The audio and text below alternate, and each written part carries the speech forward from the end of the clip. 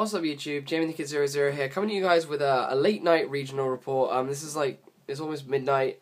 We've just recently got back from Kempston regionals, my local regionals, and I ended up taking pure gear to the event. I couldn't decide what to play.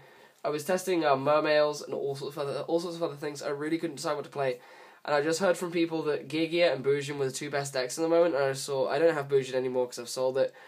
So why not, I'll throw together a pure Geargia deck the way I want to build it. I'll just turn up to the event, whatever happens, happens. It ended up being a 93-person event, I believe, and it was 7 rounds of Swiss. And I ended up going undefeated until the final round of Swiss, at which I lost. In the Geargia mirror, we were both the only 2 undefeated players, and when I lost that match, I ended up coming in 5th in Swiss, which meant I lost out on the deck box. So I really don't understand how the Cosy system figured that one out, but we got undefeated until the final round and still come 5th, which is awesome. But I ended up topping. I ended up getting another one of these Gravekeeper mats, so now I have 2. So I want to sell one, and I ended up also winning a box of product, which I've pre-ordered Dragons of Legend, and that'll be on its way. But I figured I'd show you guys what I played. I honestly can't remember all of my matchups. I was really tired for this event. I had to get up at 5 to get there. So my matchups will be in the description below. And if I talk about things, yeah, I talk about things, but I'm not going to talk about my matchups that much in this, except for like my finals, my top 8 where I lost, and my Swiss one where I lost. I should also mention that I did go through the top 8. This was a win. This was a PS4 event. It was an event to win a PS4 in the top cup. And I ended up making it through the top 8, but I did lose in top 8 for a really bad reason, which I'll explain in a bit. I'm really quite salty about it, but I'll explain when we've gone through the deck profile. So this is what I played. This is pure Geargia. This is far different from my original deck profile, and I'm a lot happier with it. So to start things off, I play 3 copies of Geargia Armor because you have to play this card. This card is ridiculous. 3 copies of Geargia Accelerator. If you don't know the float combo with Gigant, I'll talk about it in a minute.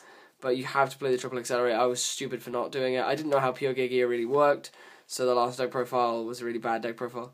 And then triple Geargia Arsenal. Opening this in accelerator is the best thing you can do in the whole deck. So you just want to open these. 3 Geargia and I Mark II. Mark II just opens up so many cool plays with Alucard and Giga Brilliant and Solar Silverman. And then arguably actually one of the best cards in the deck now, Geargia is really cool. I'm actually going to talk about the float right now, but this is all the monsters I played. I played 13 monsters, just these Geargias. No hand traps, no none of that. But what you want to do is, like, the best opening hand you can have, basically, is this guy, and then with the Mark 1 in deck. So if you go, this is your hand, you summon this guy, special this guy, or like whichever way around you want to do it, you can keep this in hand. Tribute this guy to get this guy from the deck, tribute this guy to get this guy back, and then you special summon this, exceeds into this, activate this effect to get this back.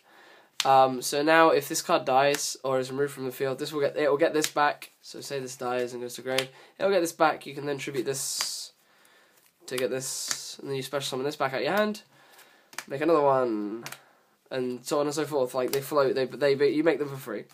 So it's like the best opening for you because you can make Gigants for free. And if your Gigant survives, you're going plus. So that is the monster lineup. For the spells, 1 Book of Moon. I felt the Book of Moon was really strong for Geargia. It's just a really versatile spell. Dark Hold is bad in the main, so book. Triple Space Typhoon, because you want to have the Ouster Phoenix Chain, in my opinion. And Kaiser Colosseum, Tankies, and all that jazz. I've actually lost to Kaiser Colosseum, even though I was playing 3 of these, which was really, really upsetting. My opponent was playing 2 Kaiser, I was playing 3 MST, he saw 2 Kaiser. So it was upsetting. And then triple Upstart Goblin, because I would no more cards I wanted to play. There was nothing else I wanted to main deck, so the Upstarts were in there to thin the deck. So 7 spells, that's all you need. So that was, I believe, 20 monsters, and I then played 20 traps. So we played 3 copies of Gear, Rescue Rabbit. This card was crazy good. You open this, you win. A lot of players just picked up, if I flipped armor, and if I flip this, and in their end phase, and then in my turn flipped armor, most people picked up. So 3 Gear, triple Call of the Haunted. I thought the triple Call of the Haunted was going to be really good. It was really, really strong. It made Exoton really easily, but I felt that 3 clogged really bad. If you open this, it's kind of awkward for you, especially if you don't have monsters, because you only play 13 monsters, and there are certain ones which you really don't want to open. So in certain situations, it's going to be quite dead, so I prefer to cut down to 2 now. I found myself siding one out quite a lot, and I never regretted that. So Triple Call was in here, but there's only so many things you really want to Call of the Haunted back. Call of the Haunted and Armor is the best thing on the planet, but Triple Call. Triple Phoenix Chain, I didn't want to main Veilers, but Phoenix Chain is just really, really strong in my opinion in the meta right now. It's really nice in the mirror, it's good against all sorts of rogue things, and it's okay against Bujin. It's not perfect, but you can use it to bait out turtles so you can then hit them with prisons and things like that.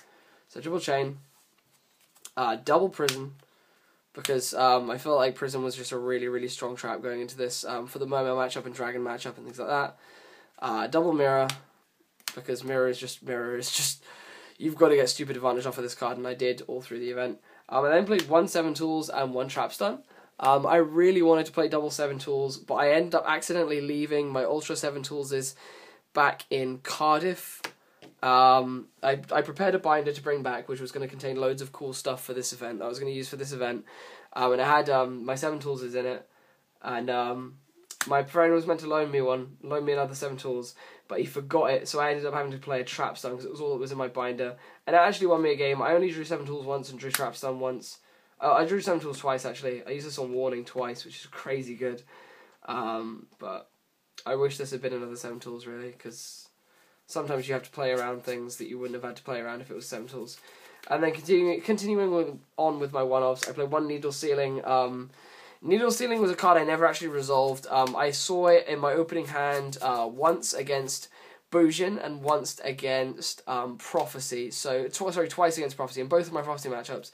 So you just never want to see it against those decks, so I never resolved it. So I sided it out almost all the time. I feel like it's a good card in main, but I never played it against anything swarmy, and I never drew it against the Geargia Mirror, and I played the Geargia Mirror twice. 1 Compulse. Because it's better than Sakuretsu Armor. I wanted another responsive trap to get rid of my opponent's monsters. I was considering Sakuretsu Armor, even as bad as that sounds, but Compulse was just really versatile. 1 Bottomless, 1 Torrential, and 1 Warning rounds off our complete trap lineup. I've no complaints about this. Torrential was strong. Torrential was really, really strong. I'm sorry about knocking the tripod. Because of the way my desk is at home, I've had to stand this there's a really big gap between me and the desk. So I am going to knock the tripod a bit. The extra deck could have used a little bit of work, and there's a Diamond Direwolf missing, because I borrowed a Diamond Direwolf because I couldn't find mine. Well, that was in one of the binders that I left in Wales, so I should comment that this is going to be a 14 card extra deck, and there should be a Diamond Direwolf in there.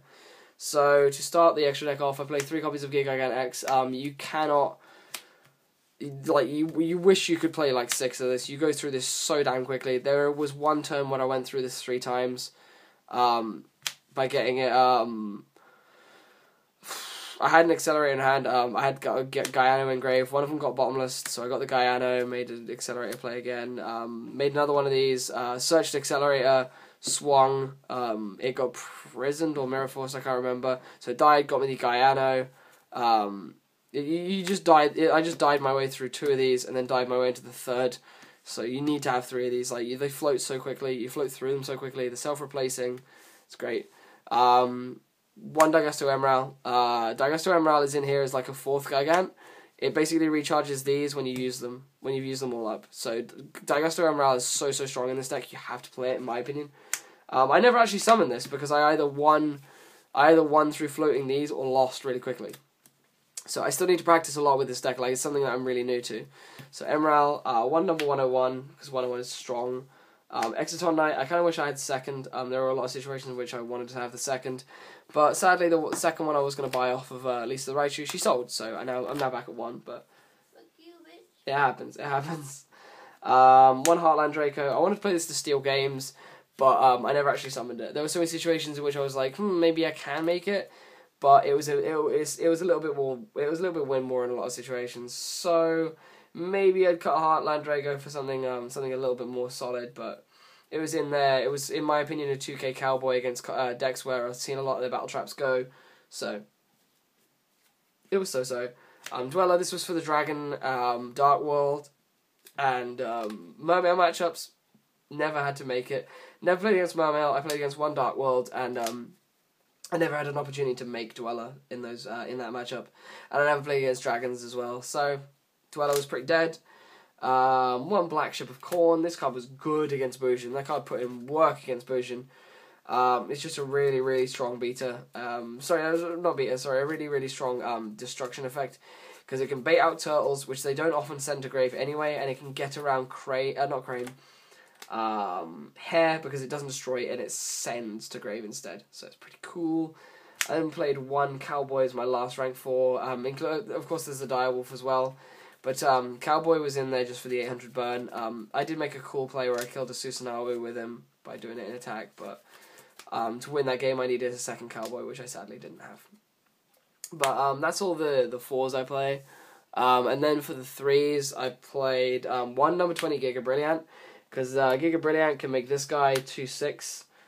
So it makes this card a lot more survivable. A lot of the times when I couldn't float this anymore, or I didn't want to float this anymore, I'd make this guy and then drop Mark 2 and make this, and these two were so solid. They were so hard to beat.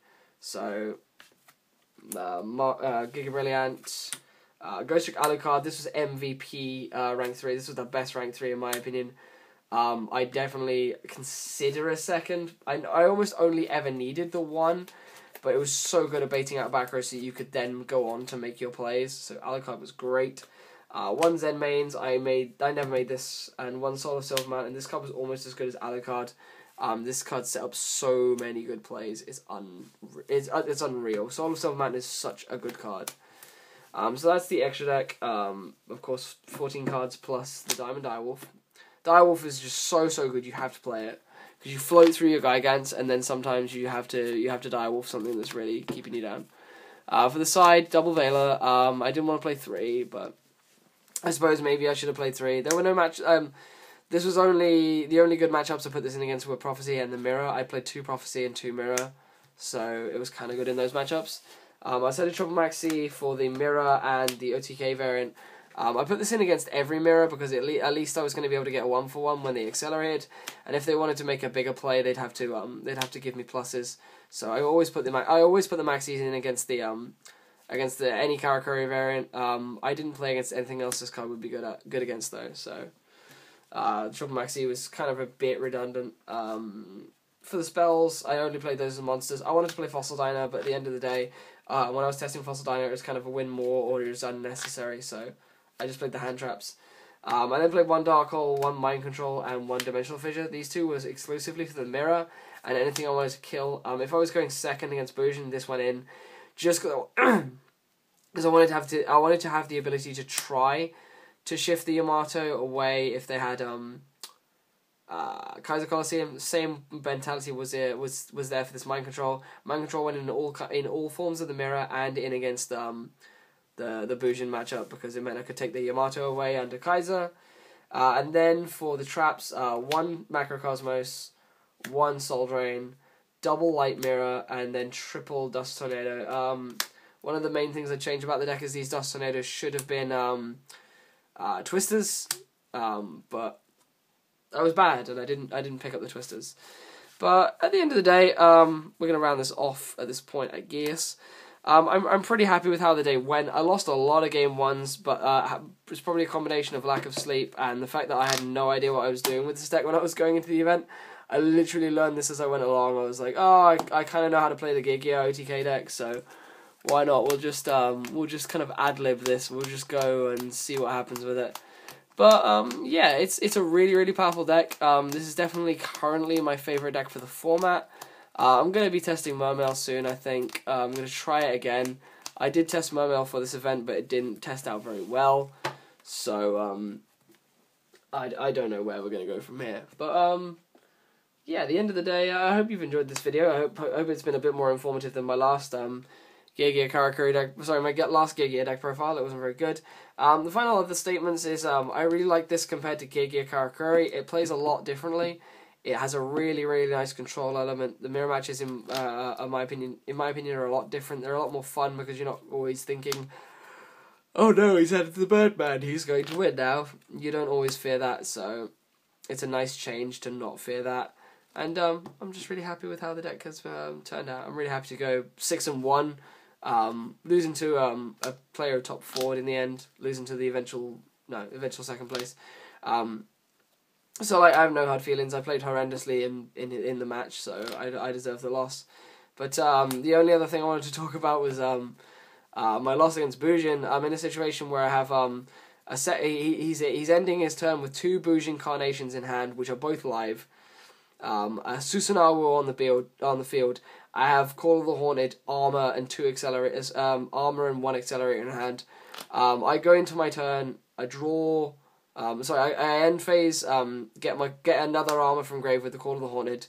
I draw for my turn. I draw a warning. So my hand is like this and these, and a warning. So I sit there and think for ages, and my opponent has 35 life left, and I try and put him in a position where I can game him.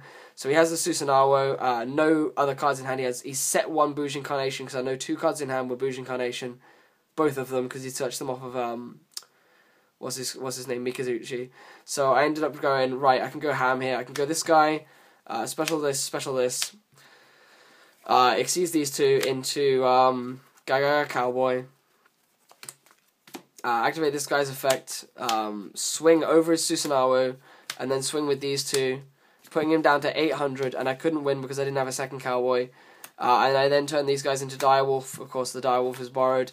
Killed the Bujin Carnation, and then set the warning, and said go. This was all I had, and then the dead Call of the Haunted. He goes, play the Bujin Carnation, which was still in his hand. I warning the Bujin Carnation, and he goes, lol, it's okay. I've top decked the Yamato off the top. Proceeds to swing over this. I then proceed to draw Dust Tornado, Dimensional Fissure. Dust Tornado, Dimensional Fissure. So I lose. So that was fun, but such is life and such is Yu-Gi-Oh. Sometimes you have those bad situations. But that was how I lost in top 8. That was the Bujin match in top 8. I thought I had him. I played really, really cleverly, eliminated all of his options, and still lost. But it's what happens. That's the salt that I was commenting on earlier. That is the saltiness.